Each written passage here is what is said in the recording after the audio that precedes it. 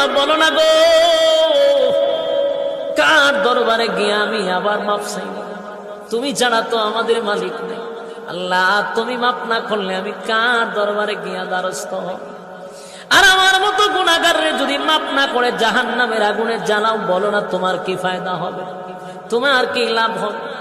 এইভাবে 40 দিন টানা কান্না শুরু করছে। কানতে কানতে কানতে চোখ দিয়া পানি পড়ে না, এখন রক্ত পড়ে। এমন কান্না কানছে রে, এমন ভাবে তওবা করছে, তওবা করতে গিয়ে আমার মালিক নিয়ে তো খুশি করা করছে। কালতে কালতে কঙ্কাল হয়ে গেছে, চোখ দিয়া পানি পড়ে না, এখন রক্ত পড়ে। শুধু গুনার উপরে লজ্জিত হইয়া সাহাবায়ে কেরাম গিয়া ওই সাহাবীরে নিয়ে আসলেন নবীজির সামনে। নবীজি তাকায়া দেখে সাহাবী চোখ দিয়া রক্ত পড়ে, শরীরটা যেন কঙ্কাল হয়ে গেছে।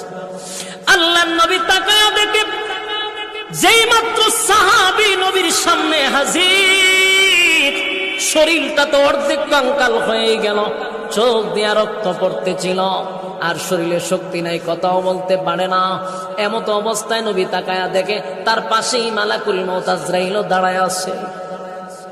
কি বুঝলেন?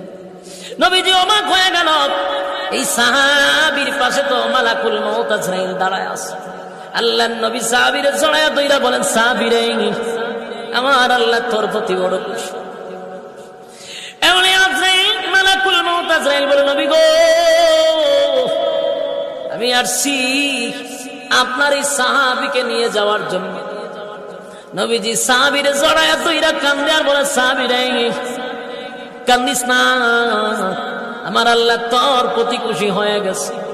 এই মুহূর্তে মালাকুল মউত আজরাইল তোরে নিতে আসছে, জীবনের জন্য দুনিয়া থেকে বিদায় হয়ে যাবে। ওই সাহাবীর মনের মধ্যে কষ্ট নাই, চিরদিনের জন্য দুনিয়া ছেড়ে চলে যাবে, কোনো কষ্ট নাই গো। শুধু নবীর দিকে মুস্কি হাসি দিয়া বলে, নবী গো, একটা বারের জন্য বলেন না আমার আল্লাহ কেমন মাফ করছে। সুবহানাল্লাহ, বাড়ি দিয়া বলে। মালাকুল মউত আজরাইল চলে আসছে। নবীজি তার কানে জানাইছে যে মালাকুল মউত আজরাইল আসছে তোমারে নেওয়ার জন্য, হচ্ছে এইদিকে কোনো চিন্তা নেই।